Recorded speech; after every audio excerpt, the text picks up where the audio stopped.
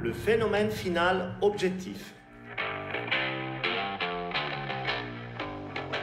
La scientologie est maintenant entrée dans un domaine d'application technique si raffiné que nous sommes capables de produire des phénomènes finaux objectifs ou des OEP, de l'anglais Objective and Phenomenon. Un phénomène qui peut être universellement et uniformément observé chez d'autres serait un phénomène final qui dépasse de loin la réalité individuelle et subjective sur quelque chose. Un phénomène final avec une capacité correspondante acquise qui existe dans l'univers physique et qui n'est pas seulement vivant dans l'esprit de l'être lui-même. Cela a beaucoup de ramifications, car cela signifie que nous commençons à embarquer dans un voyage qui ne peut que culminer dans la découverte de toutes les capacités qui rendront possible des choses telles que la perception extrasensorielle et la télépathie. C'est pourquoi il est plus approprié de se référer à un tel phénomène comme un phénomène final objectif. Il s'agit d'un phénomène qui peut être observé et produit par l'audition uniformément chez chaque individu, sans variation majeure d'un cas à l'autre. La seule considération que nous avons pour savoir si quelqu'un a atteint ou non un phénomène final objectif est s'il peut physiquement démontrer la capacité acquise d'un processus, d'un déroulement ou d'un niveau. Le fonctionnement est le suivant. Normalement, un auditeur a un PC en séance et parcourt un processus jusqu'à ce qu'il obtienne un FN, une COG et des VGIs. À ce moment-là, il indique au PC que l'aiguille flotte sur l'électromètre et qu'il est temps de mettre fin à la séance. Le seul problème est qu'il semble que plus de 80% des auditeurs d'aujourd'hui ne s'assurent pas qu'un PC obtienne le postulat d'un cas et qu'ils ne s'assurent pas que le phénomène final du PC est approprié et pertinent pour le processus qui est en train d'être parcouru en séance. Nous avons un auditeur qui parcourt un processus de communication au niveau 0. Et lorsque le PC dit qu'il a faim et qu'il a besoin d'un sandwich au beurre de cacahuètes et à la confiture, l'auditeur indique le FN et met fin à la séance.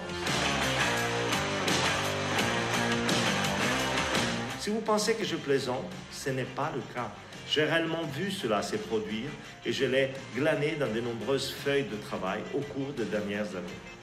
Et il ne s'agit pas d'un phénomène final ou d'une code. Heureusement, j'ai fait de nouvelles percées technologiques qui ont permis à chaque praticien de scientologie de produire un phénomène final objectif en séance. C'est d'une importance vitale car si vous n'utilisez pas le phénomène final objectif, vous ne produirez aucun résultat à long terme dans l'audition et vous ne créerez qu'un être temporairement libre qui, un jour, simulera à nouveau son esprit réel.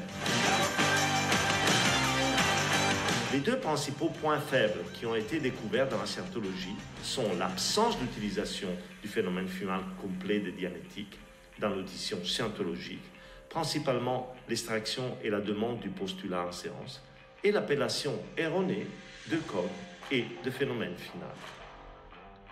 Un phénomène final objectif se compose d'une cognition objective, d'une extrapolation et d'une aiguille flottante risée.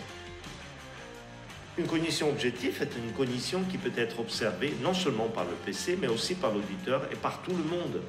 Vous pouvez voir la chose, elle a du sens. C'est ce qui qualifie la cognition objective et la distingue de la cognition standard. Il s'agit d'une cognition de type A à B, où le PC est capable de voir pourquoi ce qui lui est arrivé il y a 800 quadrillions d'années, le cadre temporel relatif connu de toute l'existence, l'a affecté tout au long du world track et dans le temps présent. La cognition objective conduit alors généralement à une extrapolation qui peut être décrite comme voir toute la scène devant soi. En termes mathématiques, une extrapolation signifie tracer des points sur une ligne ou un graphique afin de prédire davantage des chiffres ou des données au-delà de ce qui est connu. Il en va de même pour l'esprit. Une fois qu'une personne a eu une cognition objective, elle peut voir de A à B et être extérieure à tous les incidents et aux données qui se trouvent entre les deux. En amenant tous les incidents, toutes les données et tous les postulats dans un équilibre parfait, ce point de vue extérieur est obtenu avec la capacité de connaître toutes les données qui y sont associées. Il convient de préciser que ces points peuvent être composés de n'importe quel mestre ou de n'importe quel point de conscience le long du world track en fonction du temps. Ce qui nous amène à la véritable viande et aux pommes de terre du phénomène final objectif, à savoir l'aiguille flottante rising. Une aiguille rising suivie d'une fall ou d'une long fall blowdown, puis d'une aiguille flottante. Ce que l'électromètre démontre mécaniquement, c'est qu'une certaine gamme de charges traitées par le biais du processing a été optimisée et alignée parfaitement entre deux extrêmes, à savoir complètement négatif et complètement positif. Le point d'équilibre serait la position native d'un être statique sur un sujet ou sur deux extrêmes. Cela signifie en outre que toute charge positive, négative ou statique a été entièrement azisée.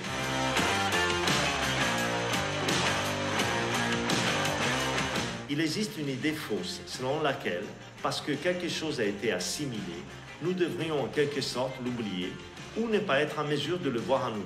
C'est un mensonge. Si nous avons totalement vu quelque chose tel quel, nous en souvenons parfaitement, nous le maîtrisons et nous l'utilisons de manière analytique. Nous avons seulement effacé des aspects aberrants ou inconnus qui ont été convertis en expériences conceptuelles et analytiques.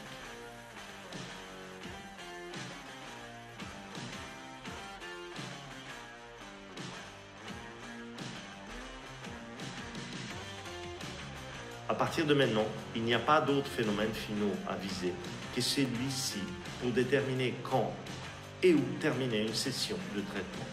Cela s'applique également à tous les phénomènes finaux majeurs, tels que les niveaux, grades et préaudits.